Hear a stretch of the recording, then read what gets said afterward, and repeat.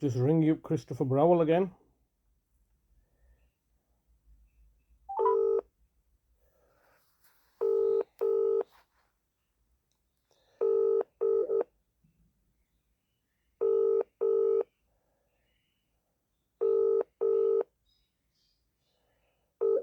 This is the Vodafone voicemail service for 07769247196. Please leave a message after the tone. When you finish recording, please hang up or press the hash key for more options. Oh yes, hello, good afternoon, Mr. Browell. It's Mr. Hussein here once again, leaving yourself a message on your voice message regarding my brother, Mr. Talib Hussein. Today is the 11th of October 2023, and the time is, I think, just 20 past 12, and it's now been 64 days since my brother was last, since I saw my brother last. Excuse me.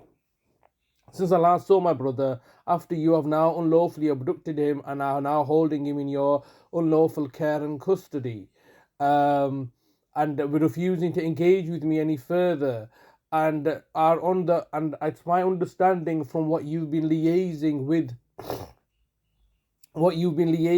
the communication channel that you have between yourselves and Manningham Housing Association, that you are now stating that it's very unlikely or my brother's not going to come back into my care, and that you're going to keep him indefinitely now.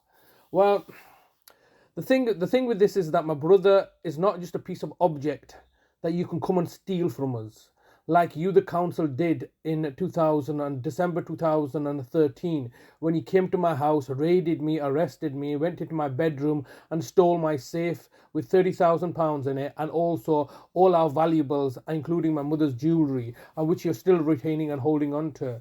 My brother's not a thing that you can just take. He's a human being with human dignities and rights, and enshrined and protected in law, which you believe now that because you've made him into your private property, restricting his ability to express himself or have any contact with his family, that you have done a fast one. You've done nothing.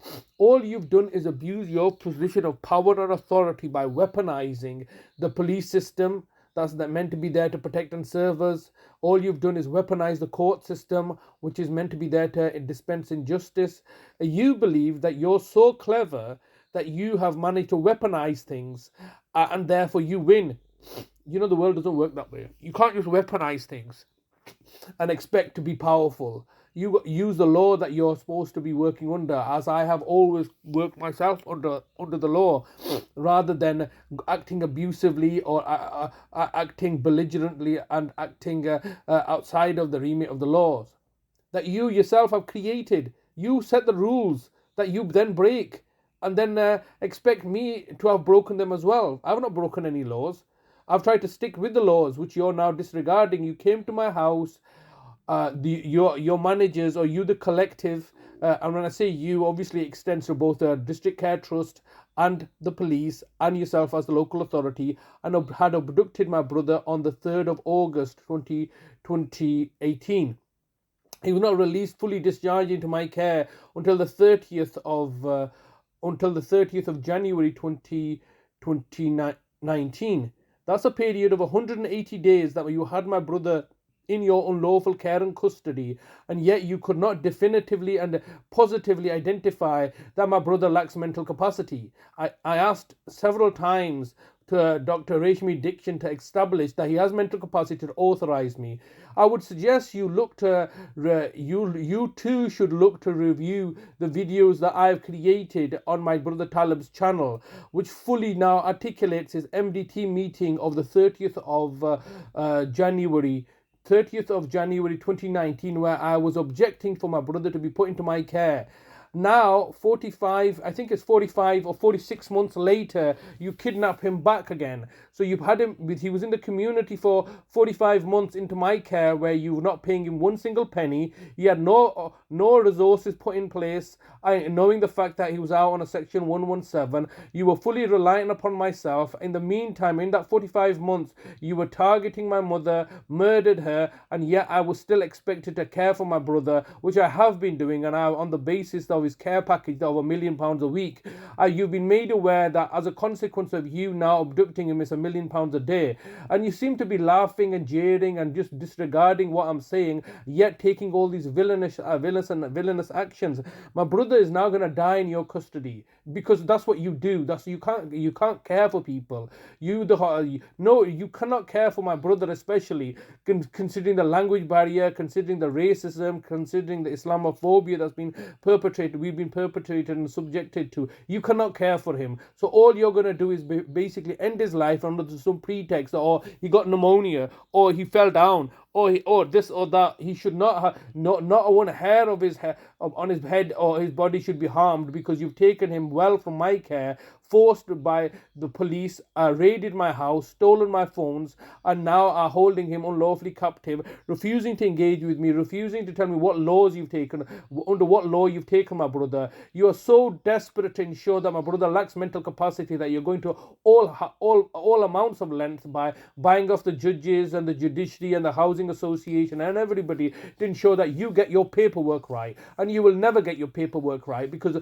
the reality is that my brother does not lack mental capacity, and I've made sure that there's fully documented that he does not lack mental capacity. I mean, it's just... You have 15 seconds recording time remaining. It just beggars belief that you can state that my brother now lacks mental capacity and you can therefore take control of him against the laws and that protect him. We want to see our brother, but we want to have our brother back. You cannot keep him like this. There will be consequences. I've warned you previously about there will be consequences in January 2019. Your recording time has expired. To leave your message, press 1. Message sent.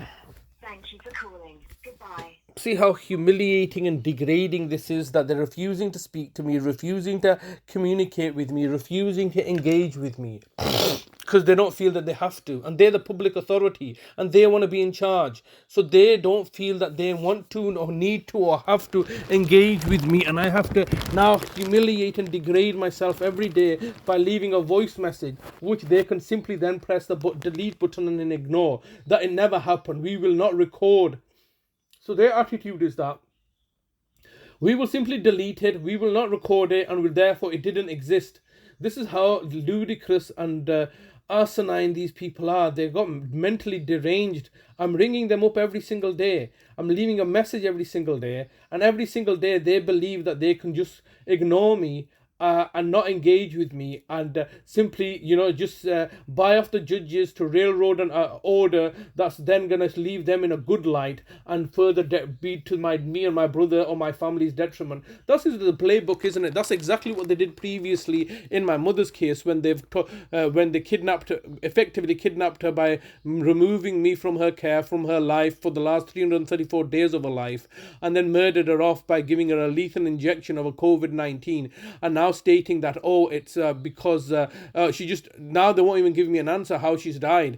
They have not held an inquest, they've not done anything like this, and so now moving on from my mother, now they're targeting my brother. Now I was just reviewing some of my old videos, especially when my brother was discharged. So my brother was formally discharged into my care on the 30th of January 2019.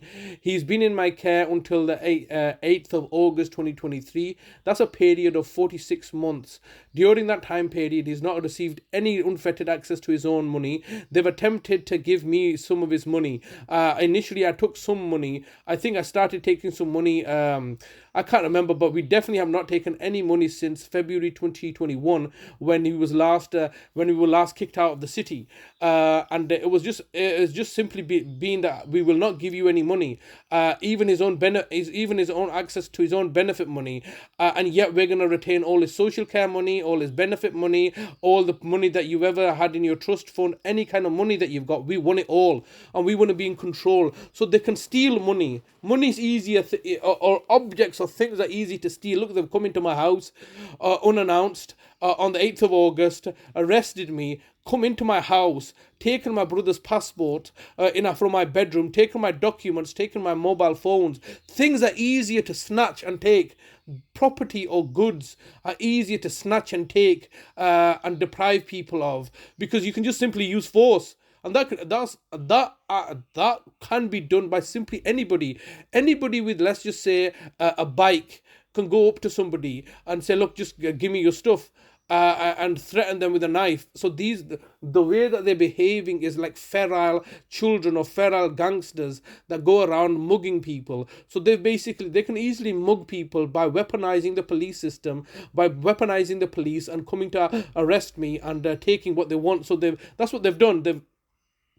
They've effectively come down and taken private property. They took that private property initially or previously on the 17th of December 2013, over nearly 10 years ago. Nearly 10 years ago, they came to my house, arrested me, much like they've done now, gone to my bedroom, took the safe from my bedroom, took my mother's jewelry, took all our private correspondence, took everything basically, on the guys over doing an investigation. You can't just come to somebody's house without a search warrant and just take things what you please. So that was in 2013. Now they've done it the same again. This time we were in the garden or arrested you under pace. We can just, basically, it's just a mockery of the law, isn't it? They can just do whatever they like. The laws are there to convince you, or they need to get a search warrant, arrest warrant. They don't need to do anything. And even if they did need to do something, all right, it's not the case that the judges are not going to bend over backwards for them. They just can't be bothered with it. It's just a hassle, because it's just a hassle for them, because they don't want to get the paperwork in place, because then you have a legal basis. They don't need a legal basis. They can just come and do whatever they like.